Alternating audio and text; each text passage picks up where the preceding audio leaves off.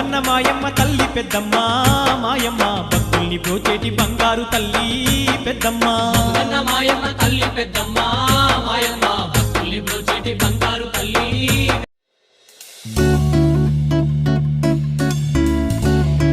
అమ్మ తల్లికి శిరస్సు వంచి నమస్కరిస్తూ ఆ జగన్మాతే ఇన్ని రూపాలలో ఇంతమంది మాతృస్వరూపంగా అధివసించి ఉంది. ఈ అమ్మలందరి హృదయాలలో అధివసించి ఉన్నటువంటి ఆ జగన్మాత మన అందరికీ ఆయురారోగ్య ఐశ్వర్యాదులను భోగభాగ్యాలను సుఖ సంతోషాలను సమృద్ధిగా ఇవ్వాలి అని పాడి పంట పశు శిశు సమస్తము కూడా వృద్ధిలోకి రావాలి అని చెప్పి అందరి హృదయాలలోనూ అందరి ఇళ్లలోనూ సర్వదా ఆనంద తాండవం జరగాలి అని ఆ అమ్మ యొక్క కరుణామృతమైనటువంటి దృష్టి సర్వదా సర్వత్రా మన అందరి మీద వర్షించాలి అని చెప్పి ప్రార్థిస్తూ ఆశిస్తూ ఆశీర్వదిస్తూ ఆత్మబంధువులారా, ఈరోజు మైదుకూరులో అమ్మవారి వార్షికోత్సవాలు అత్యంత వైభవంగా మనమంతా నిర్వహించుకుంటూ ఉన్నాం.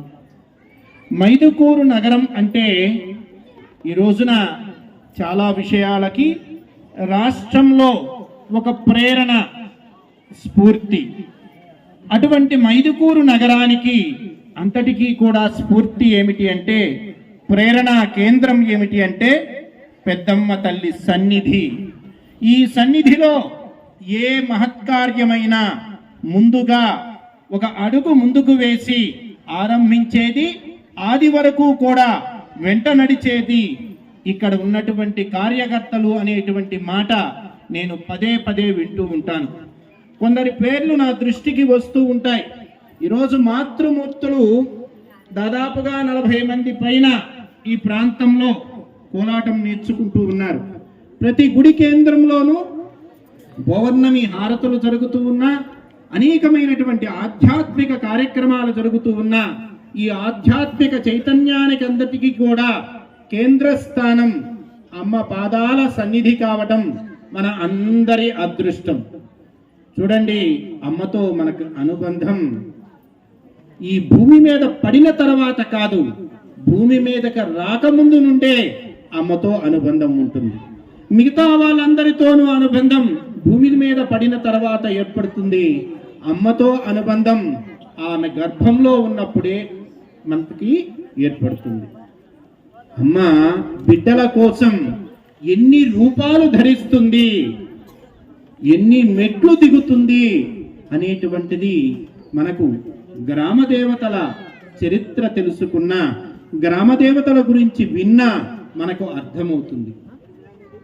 బయట నుండి ఇంట్లోకి ప్రవేశిస్తున్నటువంటి ఆ గృహ యజమాని పిల్లవాడు మలమూత్రాదులలో పడి దొల్లుతూ ఉంటే లోపలికి కేక వేసి, ఏమోయ్ చూడలేదా, పిల్లవాడు చూడు అంటాడు. అదే అమ్మ చూస్తే అన్నం తింటున్నా ఆ కంచం ప్రక్కన పెట్టి చేయి కడిగి పరిగెత్తుకుంటూ వచ్చి వాడి పయ్య కడిగి సంకనెత్తుకొని మిద్దె మీదకి వెళ్తుంది. అమ్మ మరొకరికి చెప్పదు. అమ్మ అన్నింటికీ తానే అయి ముందుకు వస్తుంది. అందుకే నమంత్రం నో యంత్రం తదపి నజానే స్తుతి మహో నచాహ్వానం ధ్యానం తదపి చ నజానే స్తుతి కథ నజానామి ముద్రాస్తే తదపి చ నజానే విలపనం పరం జానే మాతః స్వదనుసరణం క్లేశహరణం అంటాడు శంకరులు లాంటి వారే. అమ్మా, నాకు మంత్రము తెలియదు, యంత్రము తెలియదు, తంత్రము తెలియదు, పూజ తెలియదు, భజన తెలియదు, నిన్ను పొగడటం ఎలానో తెలియదు, చివరాఖరికి నీ దగ్గరకు వచ్చిన కష్టాలు ఇవి అమ్మా అని చెప్పుకునే విధానము, ఆ ఏడ్చే విధానం కూడా నాకు తెలియదు. అప్పుడెప్పుడో భగవంతుడి పాదాలు పట్టుకొని అర్జునుడు ఏడ్చాడట. అర్జునుని ఏడుపు కూడా యోగమైంది, అర్జున విషాద యోగమైంది. ఏడుపు రోగం కానీ యోగమైంది ఒక అర్జునునికే. కారణం ఏమిటి అంటే భగవంతుని పాదాలు పట్టుకొని ఏడ్చాడు. నీ పాదాలు పట్టుకొని ఏడవటం కూడా మాకు చేత కాదమ్మా, మరి ఏం చేయాలి? వదనుసరణం క్లేశహరణం. అమ్మా ఒక్కటి మాత్రం నాకు తెలుసు, బిడ్డకు ఏ కష్టం వచ్చినా పరిగెత్తుకొని అమ్మ దగ్గరికి పరిగెత్తుకొని వెళ్తాడు, అమ్మ చెంగు చాటుకు వెళ్ళి దాక్కుంటాడు. ఏ భయం కలిగినా, ఏ కష్టం వచ్చినా, ఏ సంతోషం వచ్చినా కూడా ముందు అమ్మకు చెప్పుకోవడానికి వెళ్తాడు. నిన్ను అనుసరిస్తే చాలమ్మా, నీ అడుగులో అడుగు వేస్తే చాలు, అన్ని క్లేశాలు హరిస్తాయి. ఈ సత్యం నాకు తెలుసు, మిగతా ఎన్ని నాకు తెలియదమ్మా. చాలు, ఈ ఒక్క విషయం తెలిస్తే చాలు, అమ్మ మన అనుగ్రహిస్తుంది. అమ్మ ప్రకృతి, అమ్మ స్వరూపమే. అందుకే వివిధ రూపాలలో మన దగ్గరికి వచ్చింది. 101 మంది గ్రామ దేవతల రూపంలో అమ్మే వచ్చింది. చూడండి, ఈ జాతిలో, ఈ దేశంలో, ఈ ధర్మంలో, ఈ సంస్కృతిలో ఉన్నటువంటి అద్భుతమైనటువంటి విషయం ఏంటి అంటే, ఈ దేశంలో స్త్రీ అంటే పనికిరాని పక్కటెముక నుండి తయారు కాలేదు. స్త్రీ అంటే కేవలం భోగ వస్తువు కాదు. స్త్రీ అంటే సాక్షాత్తు జగన్మాత. విద్య కావాలా, అమ్మ దగ్గరికి వెళ్ళాలి. శక్తి కావాలా, అమ్మ దగ్గరికి వెళ్ళాలి. సంపద కావాలా, అమ్మ సన్నిధికి చేరాలి. ఏమి కావాలన్నా అమ్మ అనుగ్రహం కావాలి. అందుకే మన పెద్దలు అంటారు, అమ్మ దయ ఉంటే అన్నీ ఉన్నట్లే. అమ్మ దయ ఉంటే అన్నీ ఉన్నట్లే. మనని అనుగ్రహించడం కోసమే అమ్మ అన్ని రూపాలలో, ఇన్ని రూపాలలో మన మధ్య అధివసించి ఉంది.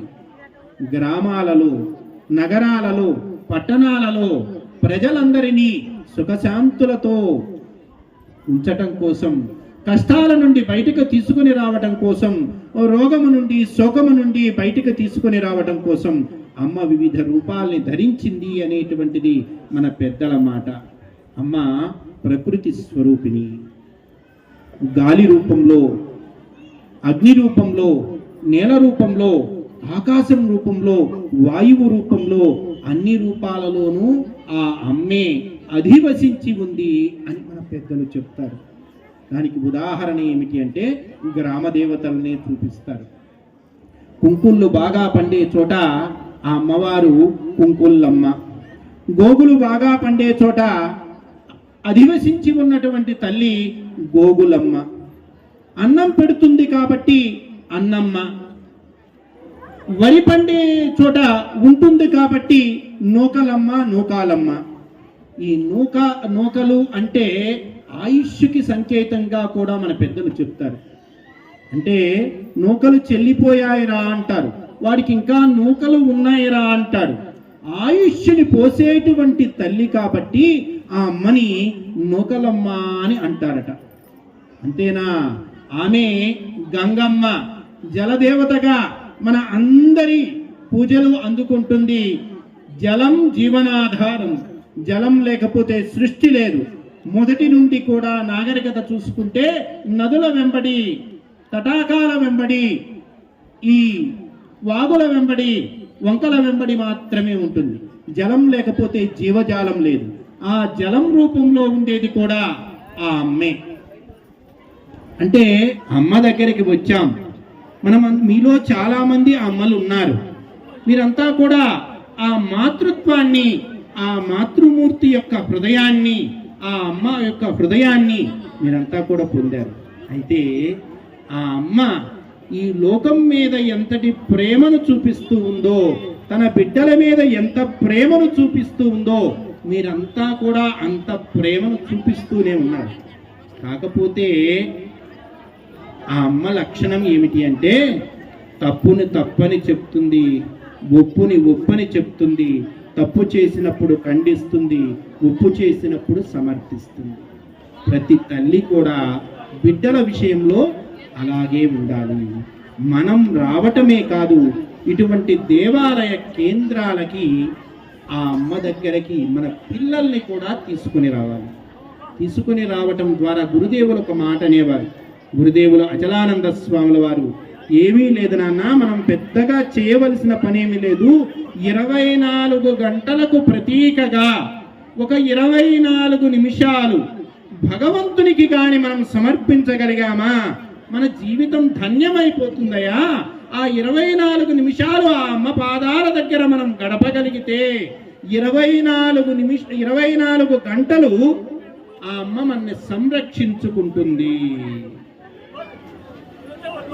ఎటువంటి కష్టం వచ్చినా ప్రమాదే ప్రవాహే, ప్రమాదము కావచ్చు, ప్రవాహము కావచ్చు, ప్రవాసము కావచ్చు, అలాగని జలం కావచ్చు, అనలం కావచ్చు, అగ్నిలో కావచ్చు, కొండలలో కావచ్చు, ఎక్కడ ఉన్నా, అరణ్యంలో కావచ్చు, మరి ఎక్కడ ఉన్నా గతిస్త్వం గతిస్త్వం త్వమేకా భవాని.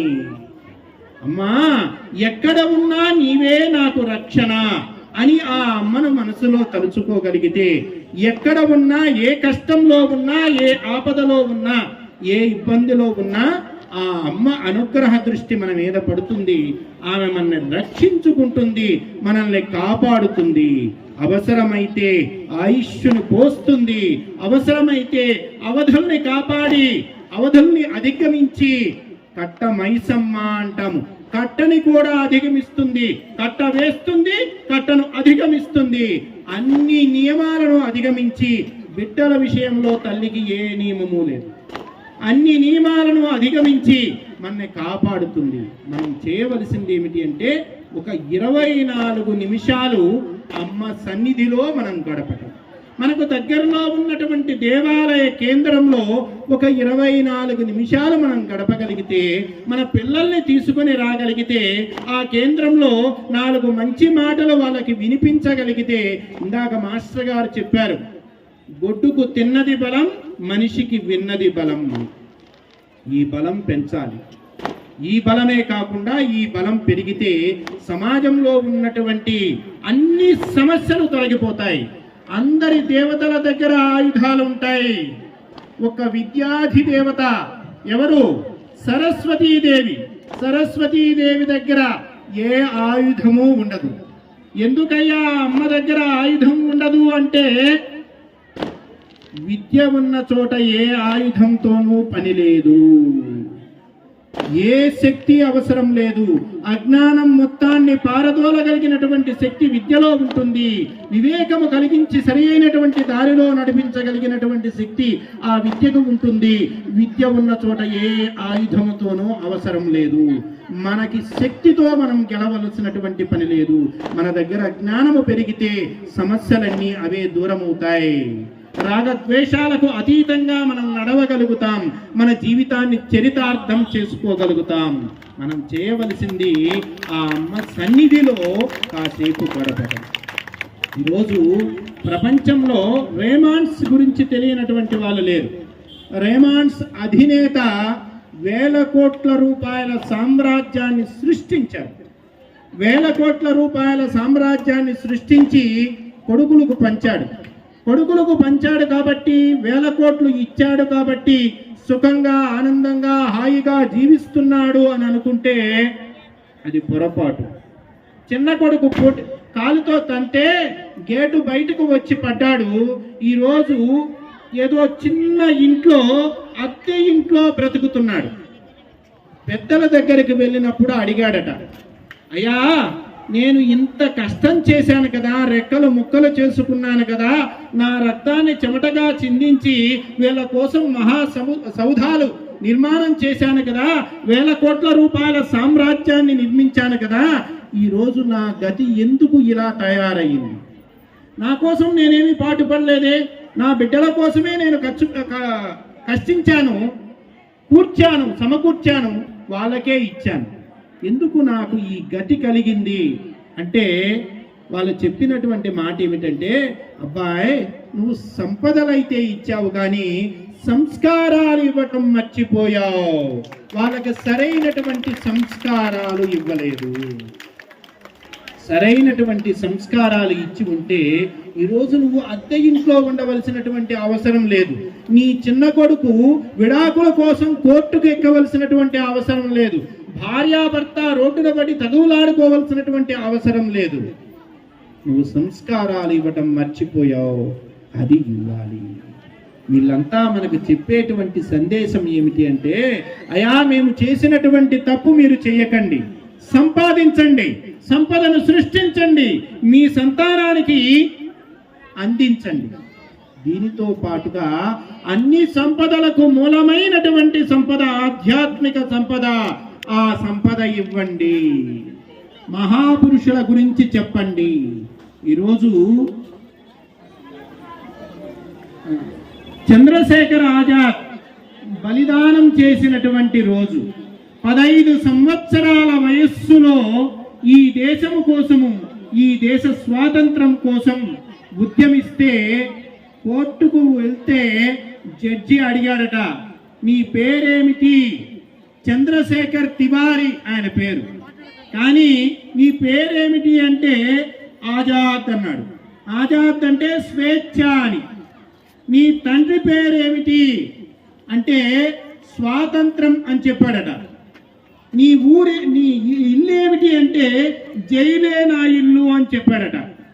15 సంవత్సరాల వయస్సులో ఉద్యమంలో అడుగుపెట్టి 26 సంవత్సరాల వయస్సు వచ్చేసరికి నేను ప్రాణముండగా ఈ ఆంగ్లేయులకు చిక్కను అని ప్రతిన పూనినటువంటి వ్యక్తి తన ప్రతినను నిలబెట్టుకోవడం కోసం 3 పోలీసుల్ని కాల్చి చంపిన తర్వాత చివరి తూటాతో తనను తాను కాల్చుకొని వందే మాతరం అంటూ ఈ జాతి కోసం త్యాగం చేసినటువంటి అటువంటి ధీరుల గురించి, వీరుల గురించి చెబితే ఈ దేశాన్ని ఎలా ప్రేమించాలో పిల్లలకి తెలుస్తుంది.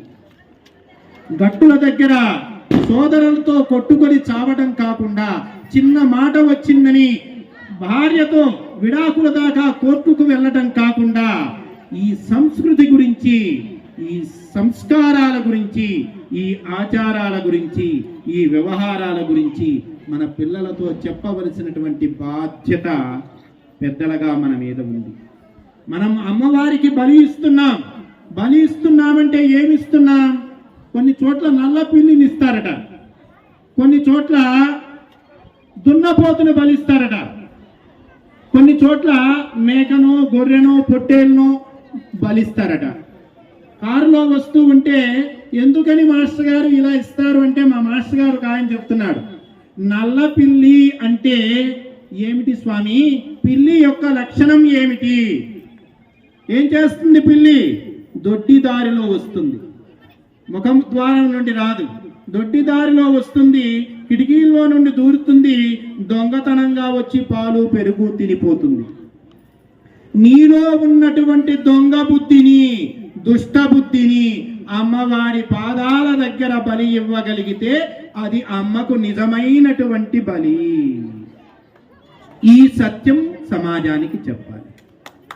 మరి గొర్రెను మేకనో ఎందుకు ఇస్తున్నాము అంటే, మేక ఈ ఆకు ఆ ఆకు అని కాకుండా కనిపించిన ప్రతి ఆకు తింటుంది. అన్నింటినీ ఇప్పుడు మనం ఈ మేకలు రోడ్డు మీదకి వెళ్తే ఆ వైపు ఆకులు, ఈ వైపు ఆకులు, ఏమిటి పానీపూరి బండ్లో లేకపోతే గోబీ బండ్లో ఇంకే ఏ బండ్లో ఈ ఆకులన్నీ ఈ మేకల్ని ఆకర్షిస్తాయి. ఈ మేకలు వెళ్ళి ఆ ఆకు ఈ ఆకు అని కాకుండా అడ్డమైన ఆకులన్నీ తిని, ఆ ఆకు మేకలు తిని కొండలెక్కుతుంది. ఈ మేక ఈ ఆకులు తిని మంచం ఎక్కుతుంది. కాబట్టి ఆ మేకని బలి ఇవ్వడం అంటే మనలో ఉన్నటువంటి జిహ్వ చాపల్యాన్ని, ఆ మనస్సులో ఉన్నటువంటి చాపల్యాన్ని అమ్మవారి పాదాల దగ్గర వదిలిపెట్టగలిగితే, రోజు ఒక అరగంట సాయంకాలం భజనలో కూర్చుంటే ఇంక ఏ షాపులు మనకు గుర్తురావు, ఏ ద్రవాలు మన ఒంట్లోకి ప్రవేశించవు, ఏ రకమైనటువంటి దురాలోచనలు, దుష్ట తలంపులు మనకు రావు. అమ్మ సన్నిధిలో ఉంటే ఏ ఆలోచనలు రావు. మేక లాంటి మనస్సుని ఏమి పెట్టి కూడా మేకని మనం సంతృప్తి పరచలేం. సాధువుకి అంటే ఎంతో, ఒక రాజుగారు మేకనిచ్చి దీన్ని సంతృప్తిగా భోజనం పెట్టినటువంటి వాడికి అర్ధరాజ్యం ఇస్తానన్నాడట. ఎంతమంది ప్రయత్నించినా సాధ్యం కాల. ఆ మేక ముందు ఉదయం అంతా మేపుకొని వస్తారు, సాయంకాలం దాకా మేపుకొని వస్తారు. ఆ మేక ముందు రాజుగారు వచ్చి కాస్త మేత వేయంగానే ఆ కొసలు కొరుకుతుంది. అయ్యా, నువ్వు కడుపు నిండినటువంటి వాడివి, నువ్వేమీ తినవు కదా, ఈ మేక కడుపు నిండితే ఎందుకు తింటుంది, కాబట్టి నువ్వు కడుపు నిండా భోజనం పెట్టలేదు అని చెప్పి కొరగా దుబ్బలు కొట్టి పంపించేవాడు. ఓ సాధువు వచ్చి దాన్ని మేపుతానని తీసుకుని వెళ్ళాడు. సాయంకాలానికి తీసుకొని వచ్చాడు. దాని ముందు మేత వేశాడు రాజు. మేక రోజు మేసేటువంటి మేక ఈ రోజు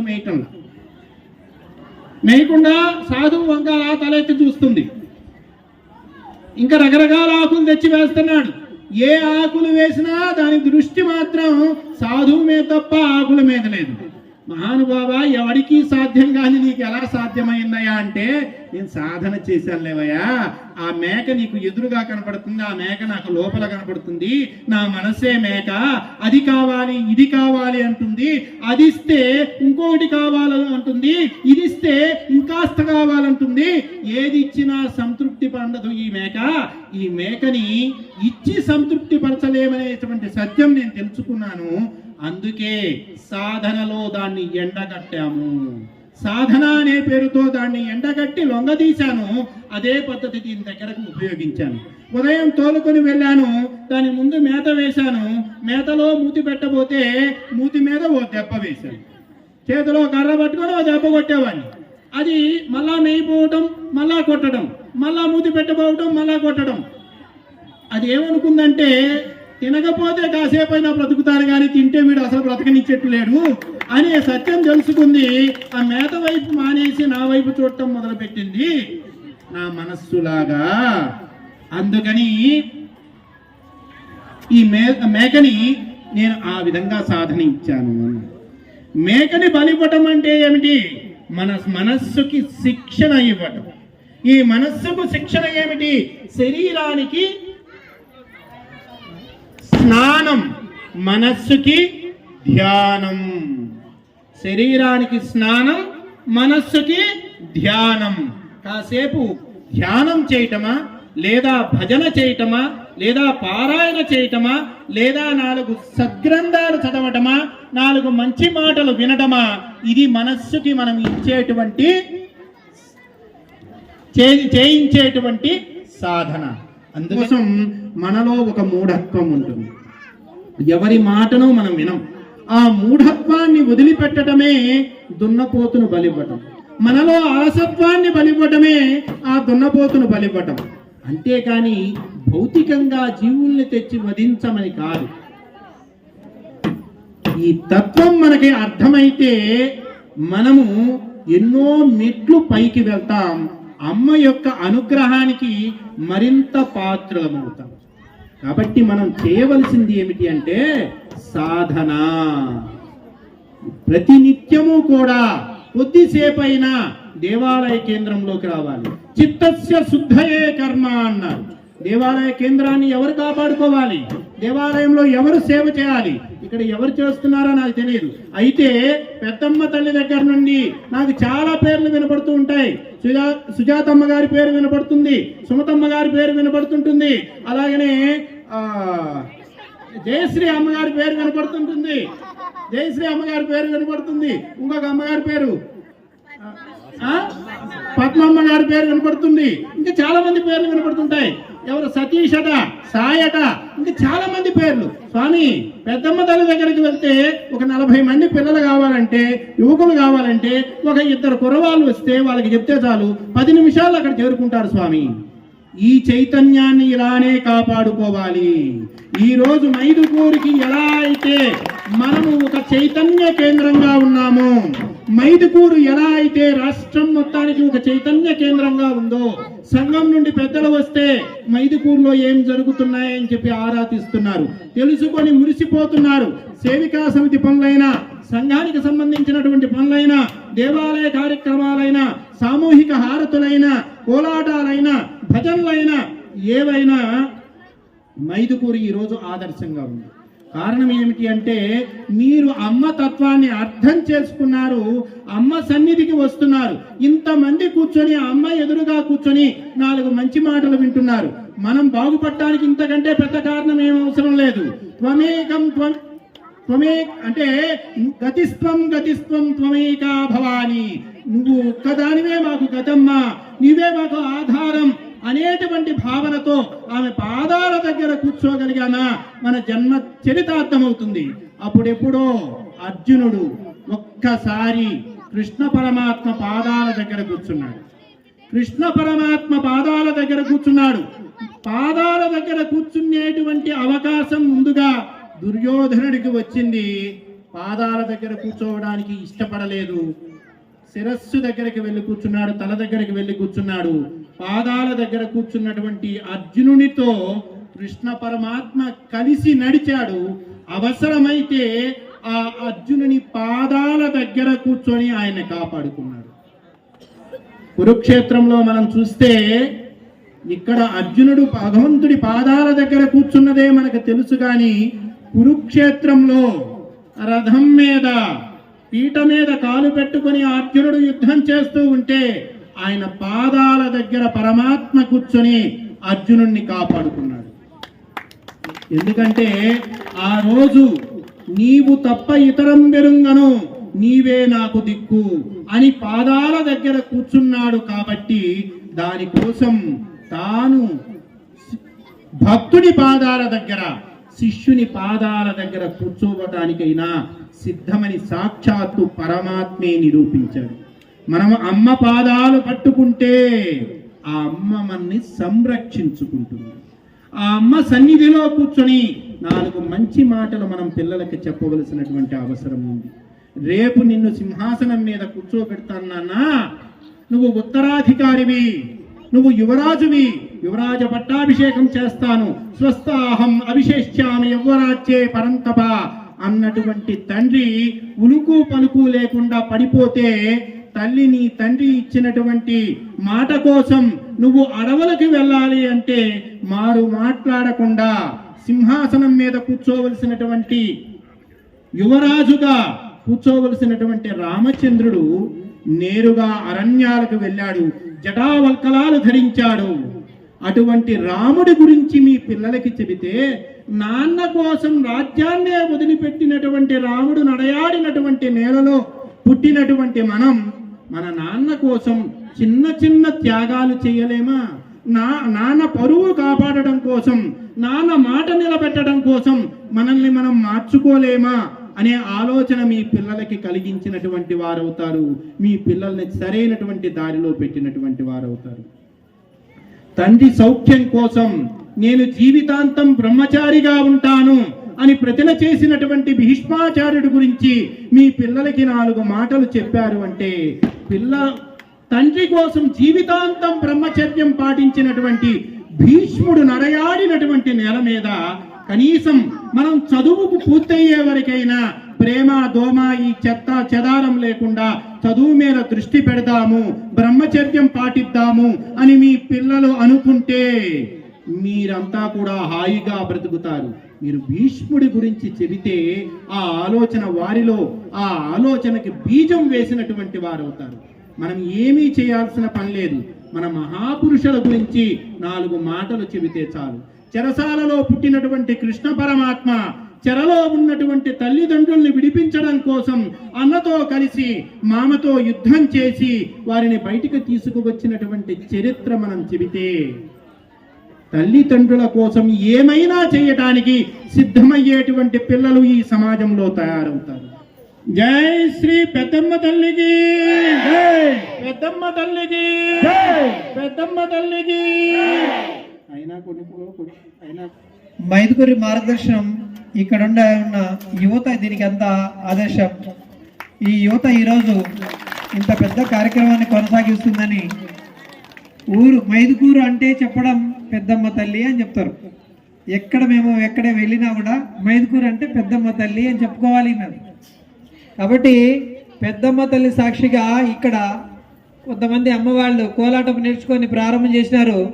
ఇప్పుడు అక్కడ వెనుక వైపు కూడా ఒక 40-50 మంది కోలాటం నేర్చుకుంటున్నారు. మైదుకూరులో ప్రతి దేవలం ధూపదీప నైవేద్యం, అక్కడ చిన్న రామాలయం ఉంది, మనందరికీ తెలుసు అటువైపు. ఆ రామాలయం కూడా ఈరోజు అక్కడ పక్కనుండే రామాలయం కూడా వారం భజన జరుగుతున్నాయి. అక్కడ కూడా హారతులు ఇస్తున్నారు. అట్లా మైదుకూరులో ప్రతి దేవాలయం ఈరోజు హారతులతో శోభిల్లుతుందంటే అది విరజానంద స్వామీజీ ఆశీస్సులు ఇవన్నీ. అదిగో అక్కడ అమ్మ మాధవ ఒకసారి లేచి నిలబడారమ్మ.